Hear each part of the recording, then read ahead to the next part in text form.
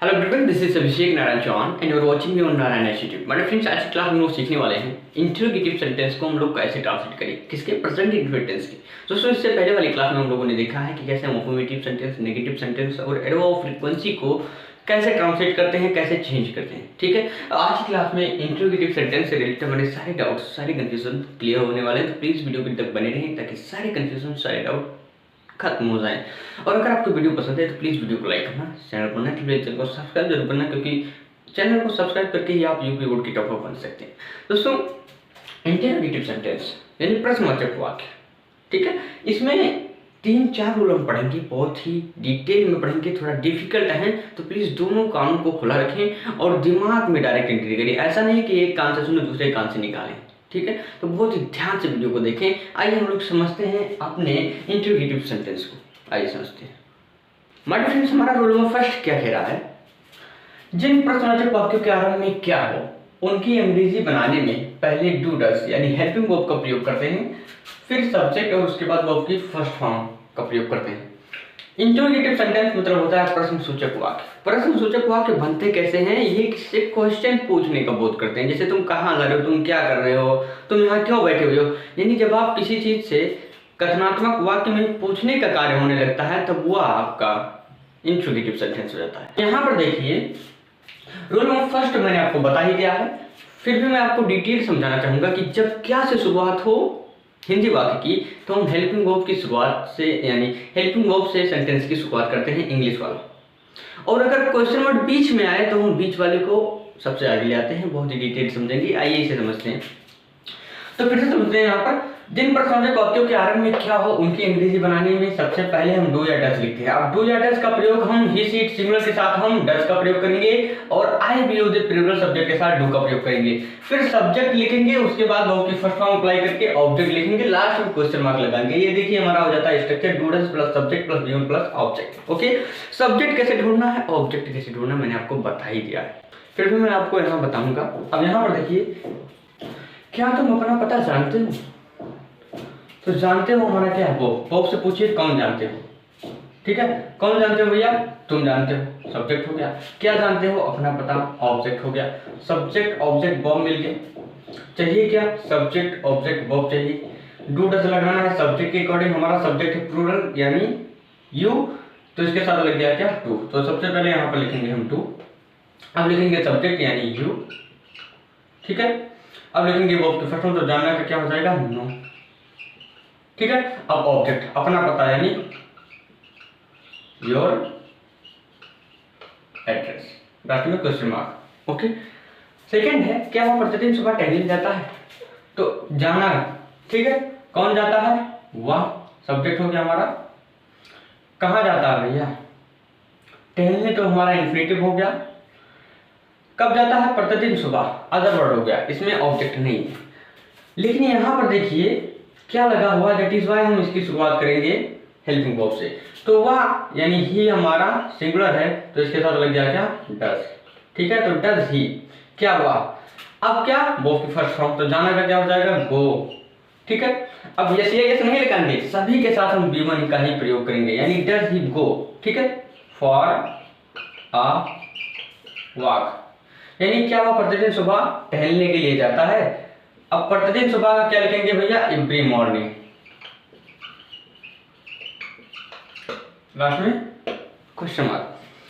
Third sentence है, क्या हम उसे क्या हम उसे वहां बुलाते हैं? वहां, तो वहां देखिए हो गया हमारा ऑब्जेक्ट। पहले यहाँ देखिए, बुलाते हैं हमारा वर्ब है, कौन बुलाते हैं? हम। किसे बुलाते हैं? उसे, ऑब्जेक्ट हो गया। और वहां कोई स्थान है, ठीक है।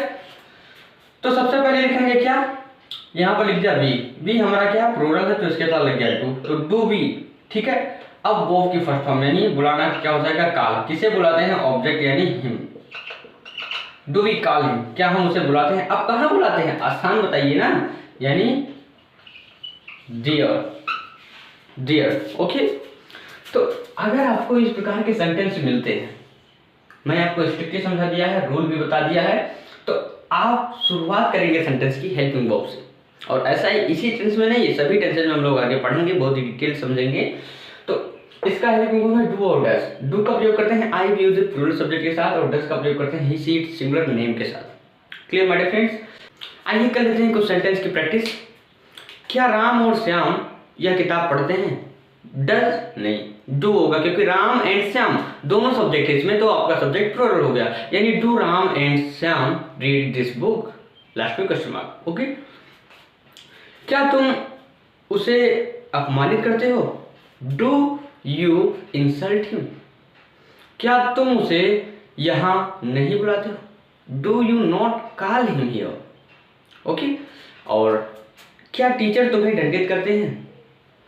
डू नहीं, डज होगा, क्योंकि टीचर सिंगुलर है, तो does the teacher beat you या पनिश्ड यू?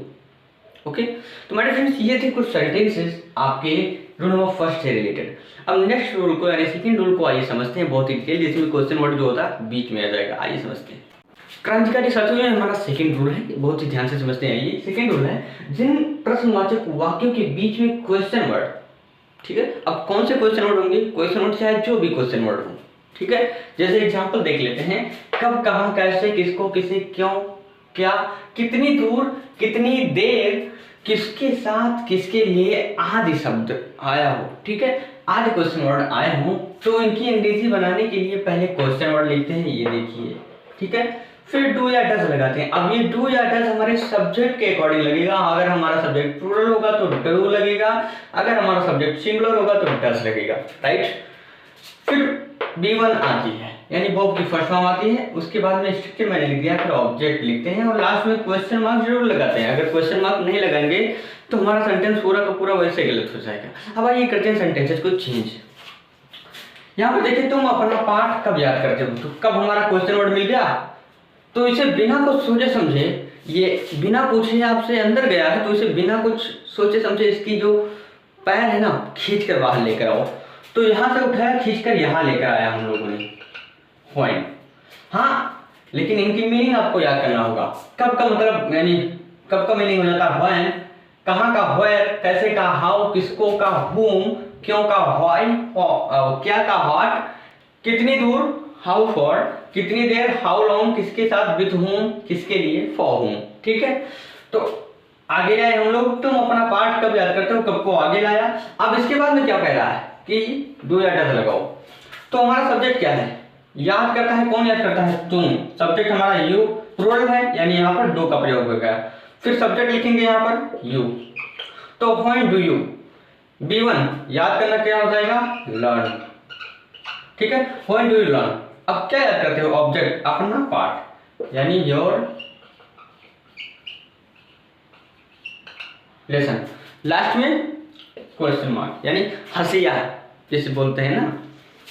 सेकंड है, वो इस जिले में कहाँ रहते हैं। क्वेश्चन वर्ड को पहले पकड़ो, क्योंकि चोर यही है, बिना पूछे अंदर हल गया तो इसे बाहर ले आइए, यानी है, ठीक है। फिर डू या डज, तो सब्जेक्ट पहले ढूंढिए, तब डू या डज का पता लगा पाएंगे। तो वे इस जिले में कहाँ रहते हैं, रहते हैं, कौन रहते हैं, वे सब्जेक्ट हो गया, ठीक है। तो वे प्लूरल है, यानी दे, तो यहाँ पर डू का प्रयोग हुआ है, यानी व्हेन डू दे। अब वर्ब की फर्स्ट फॉर्म, ठीक है, यानी live, where do they live. अब कहाँ, इस जिले में, यानी इन दिस डिस्ट्रिक्ट, लास्ट में क्वेश्चन मार्क, ओके। अब आइए समझते हैं कुछ और सेंटेंसेस को, जैसे यहाँ पर लिखे हुए हैं। बट फ्रेंड्स, ये है हमारे नेक्स्ट सेंटेंसेस। अब इसे हम करते हैं ट्रांसलेट। यहाँ पर देखिए, मेरा पहला सेंटेंस क्या कह रहा है, वह इस मोबाइल को कैसे रिपेयर करता है। तो कैसे क्या हो गया, क्वेश्चन वर्ड हो गया। पहले क्वेश्चन वर्ड को पहचानना सीखिए, ठीक है। क्यों, कहाँ, कैसे, कब, किसके साथ, किसके लिए, ठीक है। अब यहाँ पर देखिए, वह इस मोबाइल को कैसे रिपेयर करता है। कौन रिपेयर करता है भैया, वह हो गया हमारा क्या, सब्जेक्ट। किसे रिपेयर करता है, इस मोबाइल को, हो गया हमारा ऑब्जेक्ट। रिपेयर करना हो गया हमारा वर्ब। वर्ब से पूछिए कौन रिपेयर करता है, सब्जेक्ट मिल गया हमारा ही, ठीक है। अब हो गया हमारा ही, लेकिन हमें ऐसे लिखना नहीं है, क्योंकि हमारा भी क्वेश्चन वर्ड है और ये हमसे बिना पूछे अंदर हल गया है, तो इसे हम बिना पूछे बाहर ले आएंगे। तो कैसे का मीनिंग हो जाता है हाउ। अब ही हमारा सिंगुलर है, इसी के अकॉर्डिंग लगेगा हमारा डू या डज। तो सब्जेक्ट सिंगुलर तो लगेगा डज, यानी हाउ डज, ठीक है, हाउ डज ही। अब देखिए बॉब की फर्स्ट फॉर्म क्या है, रिपेयर करना। तो हाउ डज ही रिपेयर, वो कैसे रिपेयर करता है। अब किसे भैया ऑब्जेक्ट लिखना है, यानी इस मोबाइल को, यानी how does he repair this mobile, last में question mark. Okay, second sentence है तुम किसे अंग्रेजी पढ़ाते हो। किसे हमारा क्वेश्चन वर्ड है, ठीक है। पढ़ाना हमारा बॉब है, कौन पढ़ाते हो, तुम पढ़ाते हो, सब्जेक्ट हो गया। क्या पढ़ाते हो, अंग्रेजी हमारा ऑब्जेक्ट हो गया। सबसे पहले हमें क्या लिखना है, क्वेश्चन वर्ड।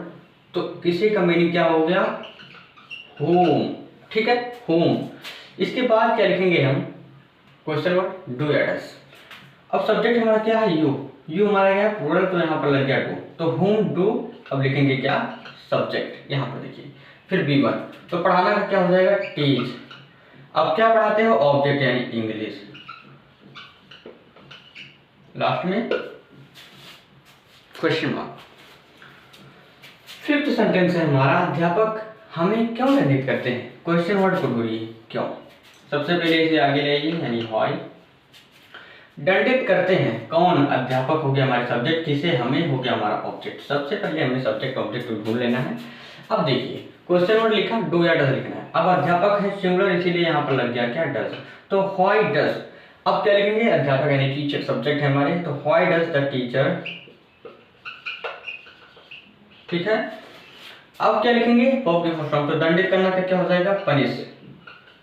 अब ऑब्जेक्ट क्या है, हमें यानी अस, क्लियर, लास्ट में क्वेश्चन मार्क। एंड 6 है हमारा, वह प्रातः काल यहाँ क्या करती है। तो क्या क्वेश्चन वर्ड है, इसे आगे ले लिए, यानी व्हाट।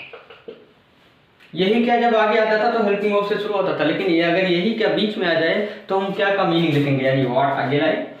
इसके बाद में डू या डज लगाएंगे। तो वह प्रातःकाल यहाँ क्या करती है ना, कौन, वह हो गया हमारा सब्जेक्ट, ठीक है। कहाँ, यहाँ। तो व्हाट, अब इसके बाद में डू या डज, तो सब्जेक्ट हमारा सी है, यानी यहाँ पर लग गया डज, तो व्हाट डज सी, ठीक है। अब क्या लिखेंगे, वर्ब की फर्स्ट फॉर्म, तो करना का क्या हो जाएगा, डू। अब ऑब्जेक्ट यानी हियर। और कुछ बच गया क्या, प्रातःकाल बच गया, तो जो भी बच जाए ऑब्जेक्ट के पीछे लिख दीजिए, यानी what does she do here early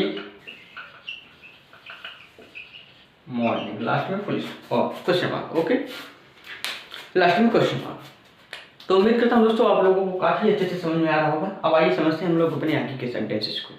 तो इसमें सब्जेक्ट हमारा हो गया तुम, कैसे, रहते से पूछे कौन रहते, तुम रहते हो गया हमारा सब्जेक्ट। कितनी दूर को सबसे पहले लिखिए यहाँ पर, तो कितनी दूर का मीनिंग हो जाता है, हाउ फार, ठीक है। अब लगाएंगे डू या डज, तो यहाँ पर लगेगा डू, क्योंकि यू हमारा सिंगुलर नहीं प्लूरल है, तो हाउ फार डू। अब लिखेंगे यू यानी सब्जेक्ट, फिर B1 यानी लिव। अब ऑब्जेक्ट लिखेंगे यानी फ्रॉम हियर, लास्ट में क्वेश्चन मार्क। ईयर्स है, वह रोज कितनी देर पढ़ती है, कितनी दूर नहीं है, कितनी देर है। यहाँ पर जमीन की दूरी की बात हो रही है, यहाँ पर समय की बात हो रही है, ठीक है। तो कितनी देर का मीनिंग हो जाता है, हाउ लॉन्ग, ठीक है, हाउ लॉन्ग। आफ्टर दैट हम लिखेंगे यहाँ पर हेल्पिंग वर्ब, तो वह, ठीक है, सिंगुलर है, तो यहाँ पर डज हो जाएगा। फिर क्या लिखेंगे, सब्जेक्ट यानी सी। अब B1 पढ़ती है क्या है, स्टडी, तो how long does she study. अब बच गया क्या, रोज यानी एवरीडे, लास्ट में क्वेश्चन मार्क।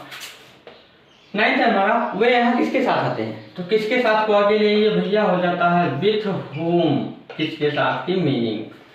अब यहाँ पर डू या डज लगाएंगे, कौन आते हैं वे, दे, प्लूरल है, ठीक है। यहाँ पर डू का प्रयोग हुआ, अब यहाँ पर लिखेंगे दे, सब्जेक्ट हमारा, ठीक है। फिर B1, तो आना का क्या हो जाएगा, कम, कहाँ आते हैं, यहाँ यानी हियर।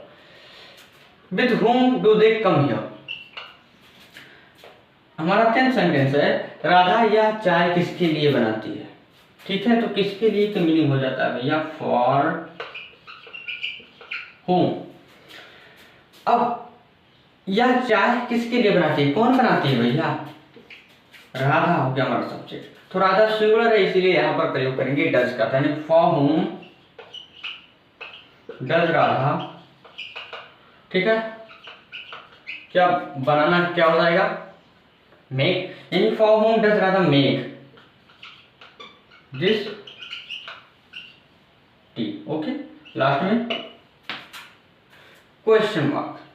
तो उम्मीद करता हूँ दोस्तों कि बहुत अच्छे से आप लोग समझ चुके होंगे, कोई भी डाउट कोई भी कंफ्यूजन नहीं बचा होगा इंट्रोगेटिव सेंटेंस से रिलेटेड। मैंने दोनों रूल को बहुत ही डिटेल समझाया आपको। सोचा था कि 2 रूल और बचे हैं, उन्हें भी कवर कर लूंगा, लेकिन वीडियो काफ़ी लेंथी हो रहा है। दैट इज वाई क्लासेस अब फिनिश्ड होती हैं और कल जो बचे हुए रूल हैं उनको डिस्कस करके आपका प्रेजेंट इन्फिनिट टेंस एंड कर दिया जाएगा, फिर आपका पास्ट इन्फिनिट स्टार्ट होगा। ठीक है, और याद रखिए कल मॉर्निंग में यानी संडे है, आज है सैटरडे, और कल संडे होने के कारण आपको मॉर्निंग में 8 बजे या फिर 7 बजे जो भी टाइम तय किया जाएगा उतने बजे आपका टेस्ट होगा, वीकली टेस्ट होगा, जिसमें आपके 20 क्वेश्चंस रहेंगे। और क्वेश्चंस कहाँ से कहाँ तक रहेंगे, जितना भी आपने पढ़ा है शुरुआत से लेकर अब तक, आज तक, इस वीडियो तक, इतने क्वेश्चंस आपके मिलेंगे। 20 क्वेश्चंस रहेंगे, समय रहेगा आपका 46 मिनट का।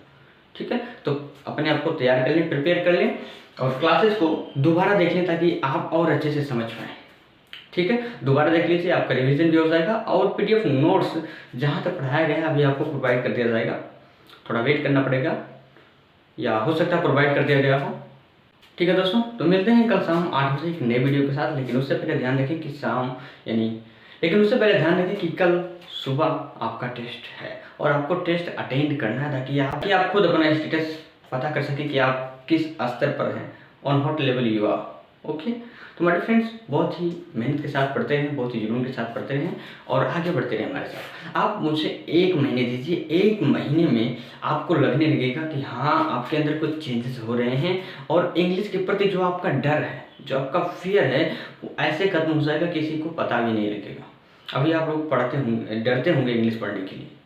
ठीक है, और अगर आप होमवर्क करते हैं, मैंने देखा है स्टूडेंट्स को होमवर्क करते हैं तो गलतियां होती तो बहुत ही निराश हो जाती है। ऐसा मत करिए भाई, अरे गलतियां होती है यह प्रमाणित करती हैं कि आप सीख रहे हैं।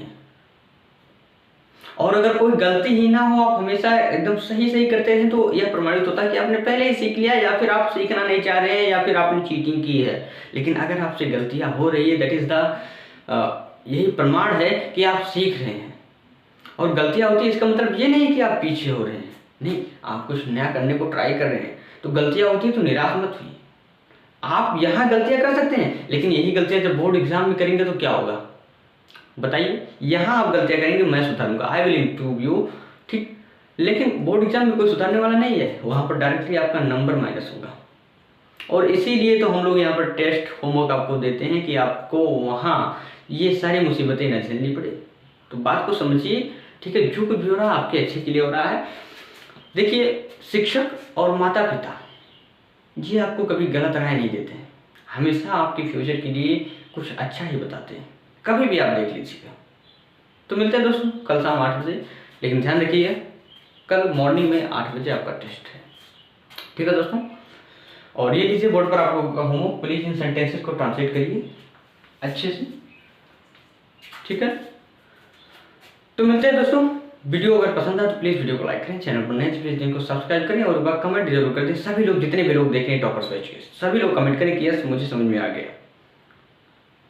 ओके, तो इस वीडियो को बहुत ही शेयर करें मेरे फ्रेंड्स, सभी स्टूडेंट तक पहुंचना चाहिए, कोने कोने में वीडियो जाना चाहिए।